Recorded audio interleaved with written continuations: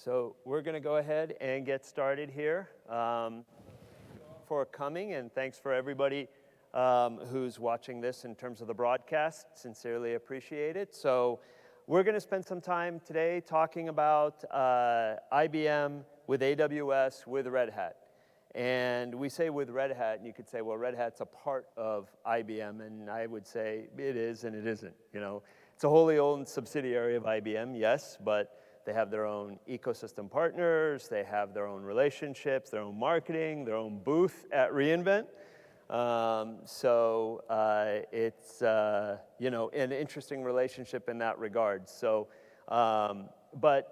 Really, this is about how the combination of the three kind of really make things better together, and we'll spend some time talking about what we've done from an AWS perspective, as well as a couple of client examples from this piece. And trust me, it's not lost on me that we are standing between a number of folks and their alcoholic beverage, so we will make sure we stay on time. In that sense, so who the heck are we? My name is Mahmoud El-Mashni. I am the managing partner responsible for the IBM relationship with AWS globally.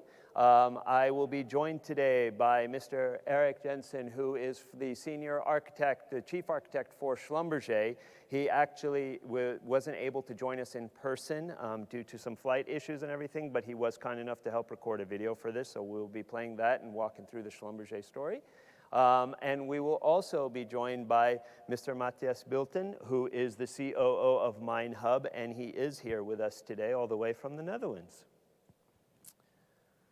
So what we're going to cover, I'm going to kind of walk through the IBM AWS relationship a bit and kind of the journey that we've been on over the past year, 18 months or so. At the same time, we're going to talk about you're nothing if you don't have a couple of very strong client examples, and we're fortunate to be able to talk about some of the work that we've done with Schlumberger as well as with MineHub accordingly. So let's get into it. Really, we've been on a warp speed mission over the past 18 months, and I would say this kind of started in 2019 with our acquisition of Red Hat, and we really took a page out of their book. We noticed how successful they were in terms of working with a number of their ecosystem partners, working in the community overall to meet the clients where they're at. And so this really kind of drove us to say, okay, we're going to go at this and have AWS be one of our 10 core strategic partners from an IBM perspective. So in 2019, we basically started a 3-year business plan. We had one competency. We had a couple of service validations. We had one overall executive from an IBM perspective dedicated to the relationship from that piece. Is Praneet here? Praneet, come on. There you go. So if you stand up, Praneet. That was the gentleman responsible for helping to kick all this off. And for those of you who can't see it, he had a full head of hair when this started in 2019. And rest assured, he does not anymore. So in 2020, we really kind of kicked this into gear. So what does that mean? We started to get more of the competency bases. We got 5 service validations. We signed off on the 3-year business plan. We started to build a team around this. And really, we started to push more into what we felt we could bring to the table. And you heard about this a little bit yesterday from the partner keynote in terms of the industry capability and the industry offerings. And that's what AWS is also expecting from its partners. Fast forward to 2021, and we have now a joint architecture council. We're investing heavily in our partner programs. We're a diamond sponsor at reInvent in terms of this. And so really, if I go back to the left-hand side, this has driven us, and I'll come back and talk about these a little bit, to be first overall in terms of GSIs with the number of service validations on AWS. We're in the top 3 in terms of competencies now. We're in the top 4 in terms of certifications. So we've really come a long way in a very short period of time. The reality is, once you built your capability and you have this base book of business, or base capability, now you want to be able to focus on your offerings. And one of the things we wanted to make sure we did was hone in the message on our offerings to the market. So we said we're going to focus on 5 key things. SAP on AWS, especially with IBM's heritage on SAP and large SAP complex implementations. Data on AWS, right? We've all seen the growth with data in the market, not to mention the rapid growth of AWS Connect and all of the work around automation and AI. We said we're going to focus on application modernization and the expeditiousness of transformation in the market. You heard about that in the partner keynote yesterday. You heard about it this morning from Adam's keynote as well too, and a lot of people would say the pandemic would help expedite that in terms of the transformation for a lot of our businesses. We said we were also going to focus on ROSA, Red Hat OpenShift on AWS, and we've seen a huge uptick in terms of demand for that. We GA'd ROSA earlier this year. In January, we came out with release then 1.1 in June, and we've had a huge demand from it from our client base. We can see it in terms of the requests that we've been getting to help expedite bringing this to bear for many of our clients. And then security services, right? That one probably shouldn't be a shock to anyone with IBM's capability from a security perspective, combined with the AWS platform, combined with the fact of we're seeing what's happening in the marketplace overall around security services and the implementations that we've had to put in there. So if you take your base credentials, you take your offerings, you put that together, you start to pivot towards establishing industry solutions overall, which is where our core focus is. You put all those three pieces and you start to develop a partnership framework, right? Now, we weren't going to be able to do this. We sure as heck tried in terms of 18 months, rapid growth, and just do it, by training all of our individuals, and that's it. We had to get smart about it and see how we could establish some leverage, and one way we did that was through our acquisitions. We're going to continue doing those acquisitions from an IBM consulting perspective and a broader IBM piece. Two of our bigger acquisitions that we've had just this year, one, Nordcloud, which is a fantastic company out of EMEA. And in fact, they are here with Finnair talking at reInvent as well too. The other one being Taos, right? And Taos leading with our platform engineering services for us in the Americas. They've got some fantastic capability around DevOps with their DevOps Now service and everything like that. So if you hadn't had a chance, get to know some of these brands, right? In fact, I think the CEO of Taos is here as well, Hamilton. So you really want to take the opportunity to try to get to know Hamilton as well too and his teams. Hamilton himself is great. I was involved for about 4 months with the acquisition of Taos. And you try to get to know people and everything. And one of the quirks that Hamilton said is that, he's like, I can give you a great recommendation on a restaurant, but I'm going to give you some goofy directions to get there, right? So I'm going to tell you to go make a right turn at the gas station, make a left turn before you see the talking cigar. If you go make another right turn at the homeless Santa, and you'll see a Chinese food restaurant that's fantastic on the right-hand side.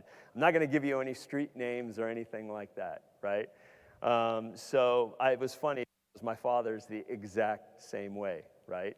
He'll tell me, take the first exit after the two freeways merge. And be like, okay, Dad, what's the name of the exit, or what's the exit? He said, I just told you, dummy, it's the first one after the two freeways merge, right? So it was, I could absolutely relate in terms of that. But take the time to get to know some of these. You can swing by the IBM booth. We actually have both Taos, Nordcloud, IBM Consulting, as well as the IBM brands there represented, and it will definitely be worth your while. So I go back to, and I mentioned I would come back to this in terms of the base capability. And you'll see from our competency perspective that not only did we focus on capabilities such as DevOps, such as SAP, migration services, but we're focusing on industry. So you see government, you'll see financial services, you'll see retail, and most recently, energy, right? So you heard yesterday that they launched the energy competency with AWS. We are one of the 5 launch partners overall from a GSI perspective with them to do that. And that was a big deal for us, especially with the size of our energy practice. If you go forward, we also have a number of service validations. And this is where we rank first overall from a global SI perspective, right? We've invested heavily in getting all of this capability into place. So once you have the capability, once you have the offerings, you start to establish lighthouse clients and fantastic clients like some of the ones that we're going to talk about today. All of this leads you to being named the Rising Star GSI Partner of the Year this year. So we were informed that we received this award yesterday.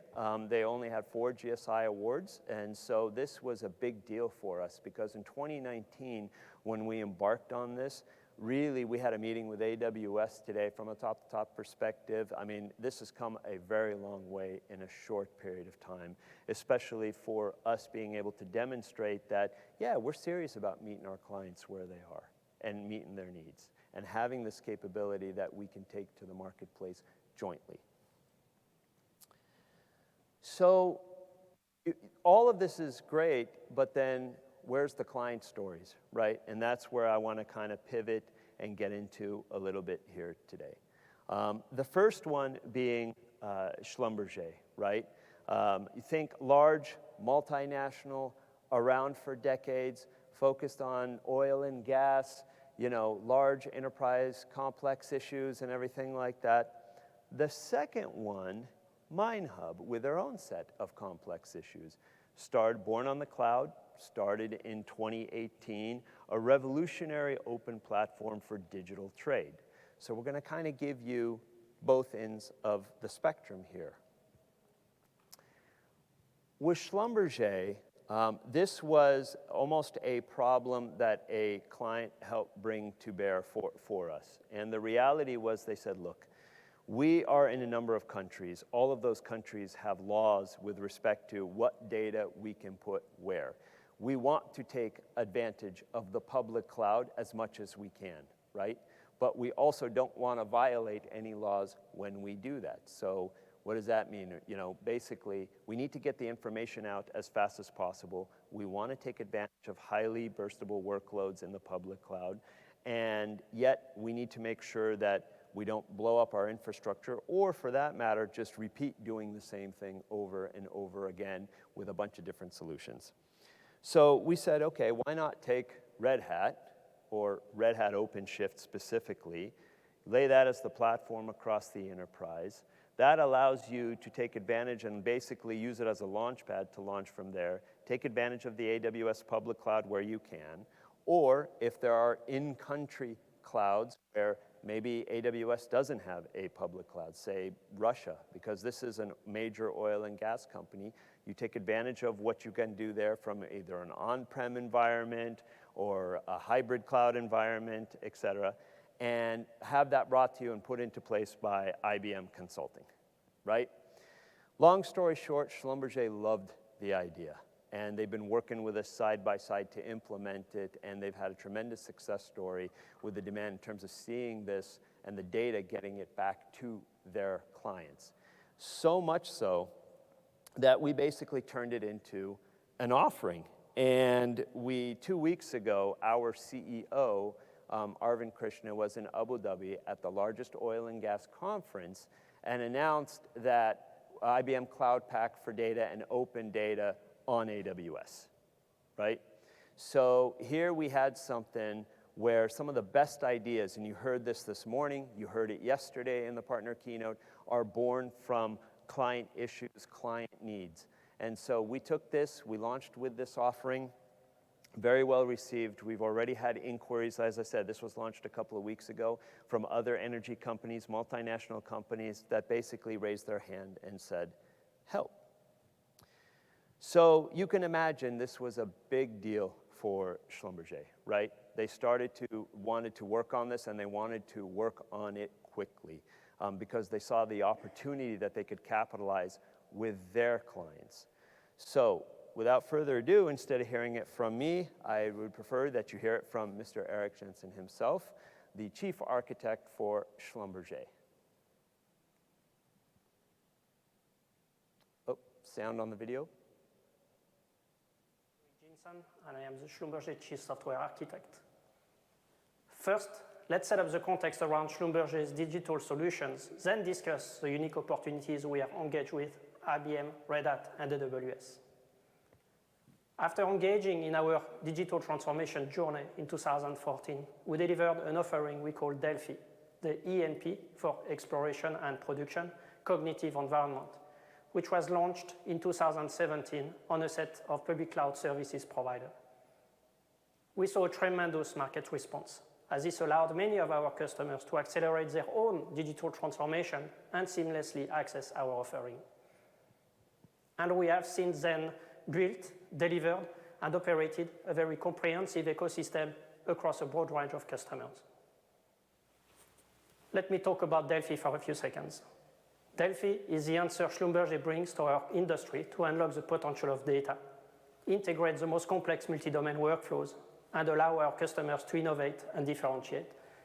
From a technical point of view, Delphi is a broad digital offering composed of many different technologies, some inherited from a very mature scientific foundations, working, for example, on desktop with high-end visualization or large-scale processing deployed in our data centers, and many other technology recently born in the cloud. Now let's go into more details of our engagement with IBM and Red Hat. And for this, we need to start talking about where our customers are in the world and how it impacts the access to digital and cloud technology.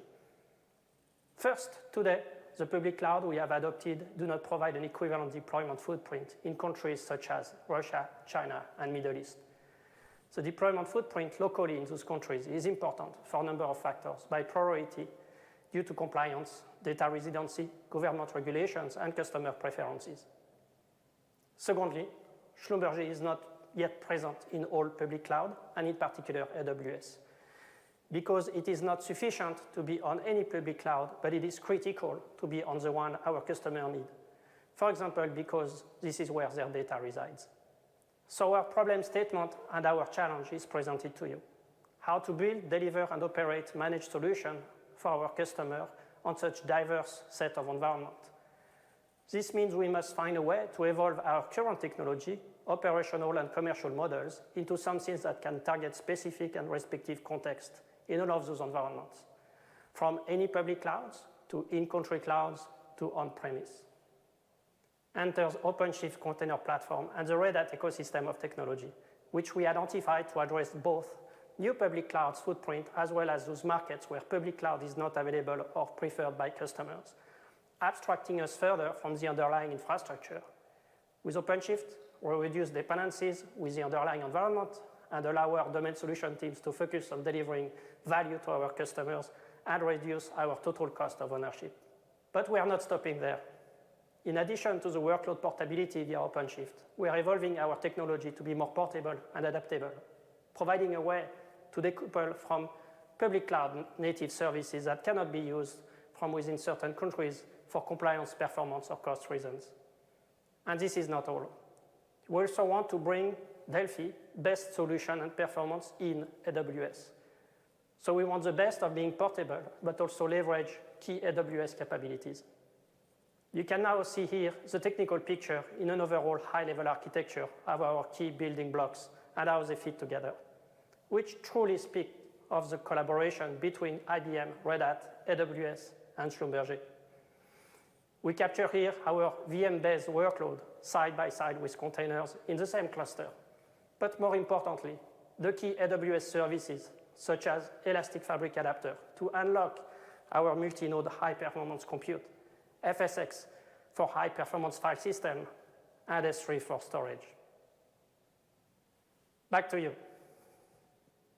Perfect. Thank you, Eric. So really, folks, you can understand some of the challenges they're dealing with and the excitement that they've seen with being able to make this data available now across all of their clients, the growth they've seen from it. So I want to pivot now from a large multinational to, as I said, a born-on-the-cloud company, born in 2018, with a really revolutionary open platform for digital trade, showing the best of IBM, AWS with blockchain in this case. So without further ado, instead of hearing it from me, please give me a warm welcome for Mr. Matthias Bulten, the COO of MineHub. Yes, sir. Thanks. Thanks, Mahmoud. And it's always nice to hear how Americans pronounce S. Matthijs, I think it is. So yeah, thanks. It's great to be here at AWS re:Invent and getting inspired by a lot of colleagues and other companies that are in AWS. MineHub is active in the mining industry, and I can imagine not everybody is fully up to speed on the trends and the issues we have in this market. So also I start with a short movie, but it's only like 3 minutes, and then it's me again. So please have a look at our beautiful movie, if it starts. Yeah, it is. Metals and mining powers the world economy. In fact, $1.8 trillion worth of metals and minerals move across the planet every year, feeding industry with much-needed raw materials to manufacture the products we use every day. The metals and mining supply chain is long. It involves hundreds of companies, thousands of people, and millions of interactions. The whole journey of moving raw materials from the mine, over land, in trucks and trains, through the ports, and across the oceans to the smelter and beyond is weighed down by manual processes, back and forth interactions, and red tape, which are time-consuming and costly. For example, moving one container from Africa to the Netherlands involves more than 30 organizations, 200 interactions, 100 people, and a timeline of 34 days. 30% of this time and effort is wasted on simply processing documents. On a global scale, over $150 billion is lost on multi-party and paper-based processes every year. But all of that is changing, right here, right now, with MineHub, a digital platform for the metals and mining industry with a rapid deployment model for speed and scalability. By implementing an operating system for the 21st century, we take all the complexity and streamline it into simple, immediate digital interactions powered by blockchain technology, which means you act on real-time data today instead of being busy reconciling yesterday's documents. The MineHub platform allows for far greater collaboration between all parties: miners, traders, processors, financiers, carriers, inspectors, and ports, in real time and digitally. We help the metals and mining industry across the whole supply chain go paperless, and by doing so, help companies operate faster, cut costs, and delight customers with seamless service.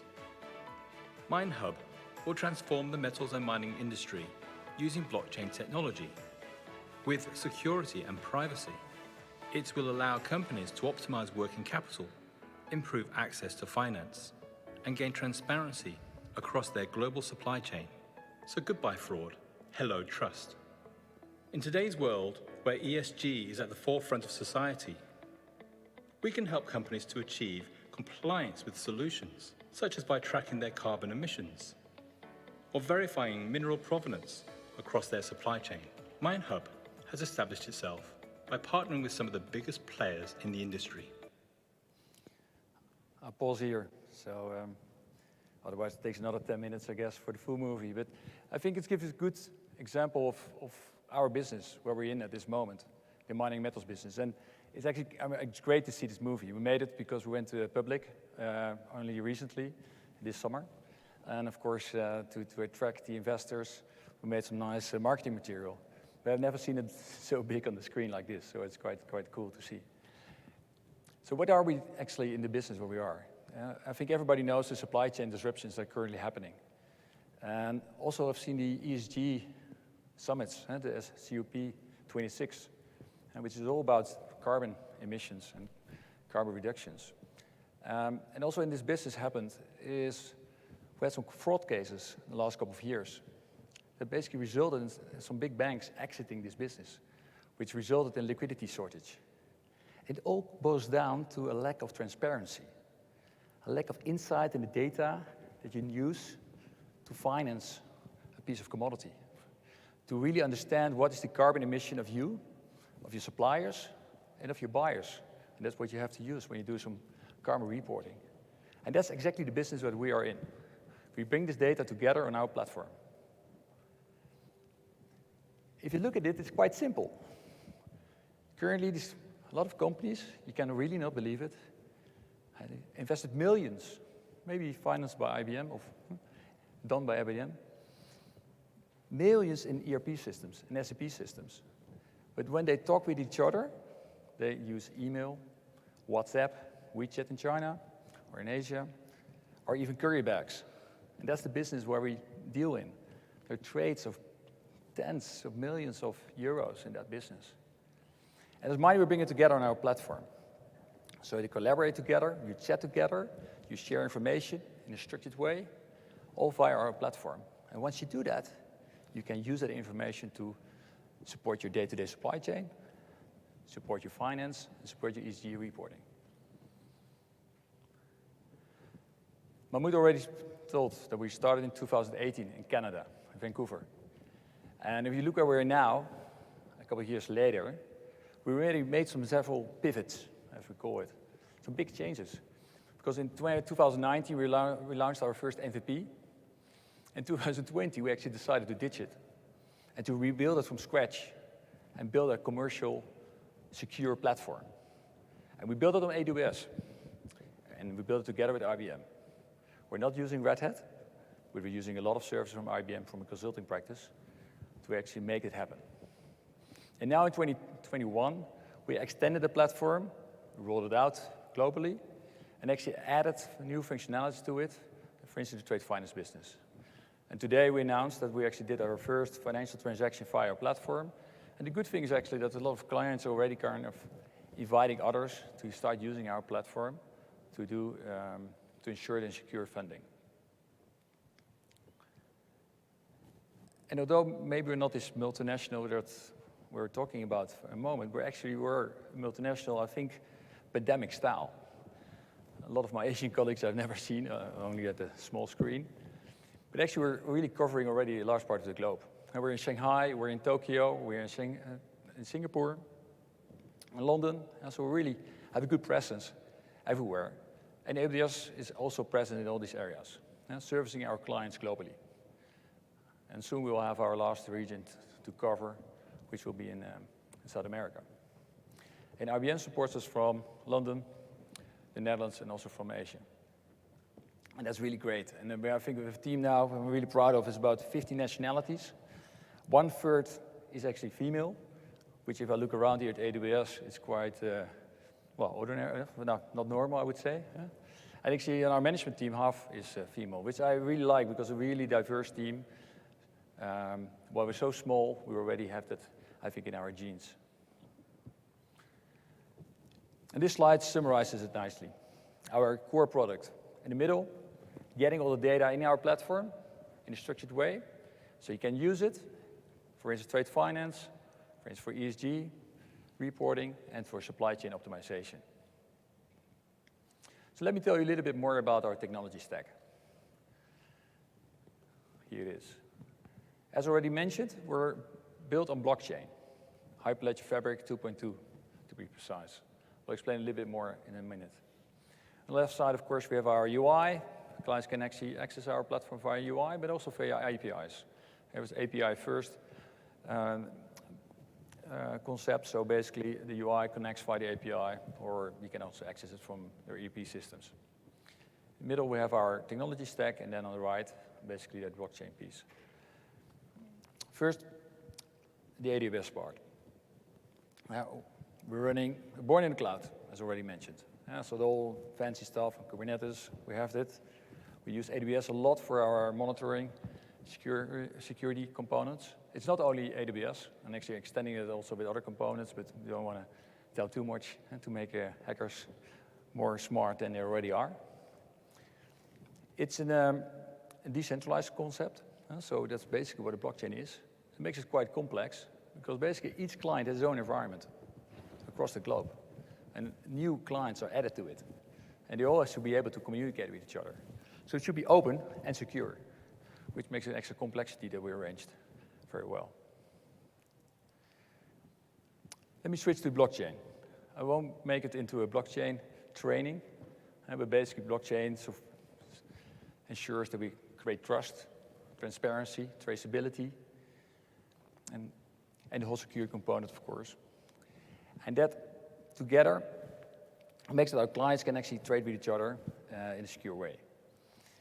Now, some key components in there, which is especially for Hyperledger 2.2 relevant, is what we call the private data collection. So basically a data store specific for you as a client that nobody else can see, and you decide what you share with others. And only the hashes are stored in the blockchain. So it's not that everybody can see it, which happens a lot in the blockchain components, but in our case, actually you only see the hashes there, so clients don't have to be scared that actually the data is shared and people can see it without they want it. They own the data. Also interesting to mention, and that's actually why we chose also AWS, is the China side. So for people who don't know, AWS China is a joint venture, 2 joint ventures to be precise, and basically we're hosting one of those. And although the tooling is all the same, actually it's a separate bill, a separate contract, separate teams, but mostly things are the same. So you cannot really exactly copy everything. When we found out ourselves that not everything was immediately working, but actually we got it working quite quickly. Of course, we added a firewall bridge, because sometimes in China, public internet is certainly not that easy to access. And then, of course, the platform should be up and running. So we added a firewall bridge, which is compliant with Chinese regulations, so actually we can keep on going in our business. And the Chinese regulation is quite tough. It's getting tougher every day. Everybody saw it in the newspapers, I think. It's the cyber regulations is picking up. And luckily, because we're a decentralized platform, it's quite easy to comply some of these rules. And one of them is data residence. And so data stays in China and only will be shared and copied basically to out of China if clients want that. And if certain type of information is not allowed to share, because also that regulations exist in China, they can decide to not share that piece. And so it's all in control, and therefore we comply already on a large part of the cyber regulations. They're changing continuously, so it's one of the biggest challenges that we have, but so far it's going very well. A little bit about AWS and IBM. In the preparation for this session, I spoke with the team and said, hey, yeah, why did we decide actually for AWS? Because in the startup we decide things so fast before you know, but then I couldn't really remember what timing it was. I started it myself in September last year, and it was kind of an obvious thing. And I think the main thing there is ease of use, simplicity. And developers love it. And that's why we chose actually for AWS. And very important there also already was the presence in China, which isn't offered by all the hosting platforms. IBM was already chosen that time, but I really appreciated by IBM is the 2 parts. On one side, you have this big, large company with all the skills that Mahmoud was talking about, which you really need to have access to, because we're small, we're startup, we don't have the opportunity yet to have experts for everything. So we rely heavily on our partners to use those. And whether it's on specific things like MongoDB tuning or governance setup or SAP connectors, we track the right people to it and actually help us and support it.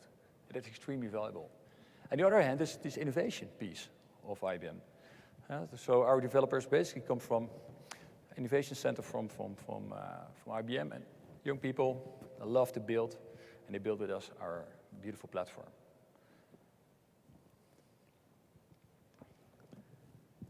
So what's next? Our roadmap for 2022.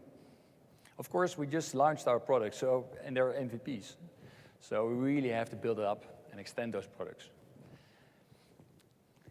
And we have to be aware for the next step, because 2022 will be basically our growth moment. And that's where the real number of network effect will kick in. Clients will join our platform. So we further will enhance our resilience. We further will enhance our security components. And we further enhance our connections and our interactions with platforms like SAP. And all these elements, a good combination of AWS and IBM helps us a lot. That's from my side. Oh yeah. I knew there were some questions, so So perfect. Thank you, Matthias. Mahmoud. So I do have a question before we open it up to everybody because, as I said, we showcased two different clients in this case, and this is kind of the beginning of our roadshow. We've spent practically the past 2 days together too, in that sense, and you never bond over drinks as much as, that's like the best forum to get to know somebody. And so one of the questions I had that I think would be beneficial to everybody here is, what were a couple of the lessons learned that you've seen over the past 3 years, right? You've, as your credentials, Matthias has over 20, 25 years of industry experience. He's worked for the large GSIs before he took this on. So it kind of provides a unique perspective in that end that I found fascinating. So what are a couple of the lessons learned that, like I said, you've encountered over the past couple of years in terms of working on a startup and getting this to this point today? Yeah, thanks for asking. And I won't mention the name of the GSIs I worked for. Yeah. But no, I think it's great. I think a lot of people, and maybe some people in the crowd also here, are working for startups. But it's really amazing to make that step. So I can advise it everybody. Yes, from long-lasting decision making, you continuously have to change things overnight, decide overnight. So it's not too much time to think about what you choose. You call some people, you ask some experts, and you make your decisions. And well, it took a while to get into it, but now I really cannot do without it anymore. So that's more kind of the way how you work with it, which is really fun. If you look at what our lessons learned are, I think one of the good things I just mentioned about AWS is easy to use. And our developers that didn't have too much experience with AWS, some of them are, some of them less, actually picked up quite quickly. But what we found out later was actually to master it. Of course, then also always, it's like a little bit obvious, of course, but really to master it, you need to really have those experts. So after, I think, 6 months, we got some real experts in, and they made some small changes, but they were quite impactful from a resilience perspective of the platform. So knowing that, I would advise always, although it's quite easy to get started at AWS, get some real expert in, early stage, to help you get it started correctly. And the resilience thing is the other part. It's hard, and also there is the point is, as a startup, you initially so much focused on getting your MVPs into the market, get your products launched, see what the clients think about it. And you're lesser focused on, okay, well, how is the resilience set up? And if clients really start using it actively, is it 24/7 always available? And how do you deal with that? So we got some lessons learned there and actually made some big changes so that increased the resilience. But that's really something that, you have to be aware for success. And that's basically what we have here. I think what went very well is, I didn't mention it even, but we are SOC 2 Type 1 compliant. For people who don't know it, it's a quite important standard for IT auditors. And that was great to do that because a lot of our clients, although we are small, our clients are huge. Our biggest clients are BHP, Vale, large traders in the Japanese market. We have some big state-owned enterprises in China. And they come up with 250 questions about everything you can ask. CISOs all over the place, procurement people all over the place. It's very exhausting to go through and time-consuming. So having our SOC 2 Type 1 compliance is actually hugely helpful because we just give the actual audit results to them and we only focus on some key items in the workshop and we're done. It was amazing and that really helps. Okay, so your compliancy within the industry, which helped also with your credibility, for the most part, right out of the gate. Yeah. And I'm just fascinated, I continue to be fascinated with the story because I just really think that, today's born on the cloud startups from that piece, and you've seen the skyrocketing growth over the past 3 years. That was the same. You can't be said that Uber is a startup anymore or Netflix is a startup anymore in that sense, right? They were both born on the cloud, et cetera. So where do you see yourself in 5 years from now? And rich and retired cannot be an answer. Yeah, no, that would be boring also. So, well, actually the coming year, and maybe it takes years, it's of course it's our hockey stick moment. I'm from the Netherlands. I love hockey, but I think everybody knows the hockey stick, the exponential growth. So hopefully at the next AWS event, I can explain and tell that we're really already halfway the hockey stick. And that's really what we ask. It's really kicking in now. Yeah, I see clients actually advising our product to other clients, and they're onboarding now, so the network effects kicks in. And that, of course, this chasm will be fun, but also we're really thinking, oh my God, what do I have to more to arrange if we have to onboard these hundreds of clients every day and get this huge amount of transactions through the platform. So we're really making these steps now, and that's actually my biggest. So I don't even think too much 5 years. I'm really like, okay, what do we know the next 3-6 months to accommodate this and make this successful? And we get all these things started, and obviously with the help of IBM and AWS. If you look at 5 years, I really think this market, the digitization of trade, is pursuing. So I think I got a question, I think the other day, so many people tried already to digitize trade. And if you still look at it, there are documents like the Bill of Lading is there for ages. And it's still a paper document in most cases. So why does it happen now? I think it will happen now because of these big trends that are happening. And so the pandemic actually also helps in that perspective. But also the ESG is a tremendous impact because there's a huge amount of data that our clients have to show, not about themselves, but especially also from their clients. And how do they get this data in a reliable way? So it really pushes this whole business into digitization, standardization. And of course, when you have really this information all standardized and structured in your platform, then the real value comes out of it. And for instance, in the trade finance business, which is crucial. So that's where I see it in 5 years. Perfect. Yeah. So with that is our story essentially for today. So we will open it up if there are any questions. We have a few minutes left from the floor. If there aren't, this is great. We'll get to go to a bar sooner. Sorry, I have a question. Beer. I noticed in the map that Australia was not listed, but that is a major mining company. So thought of a question, how does somebody interact with your system when they're not in it? Or like if they're, does that make sense? Now, can you repeat it? You notice the word present in Australia. Oh, okay. The market that is there, especially around. Actually, yeah, that's a good question, actually. And but actually, all the big miners are also based in Singapore. So BHP, for instance, is in Singapore. All the big Australian companies have their Asia center in Singapore, and that's where our clients are. So, yeah, good question. Any other questions? Okay. With that, then, thank you all for attending. Matas, thank you so much for being here with us today.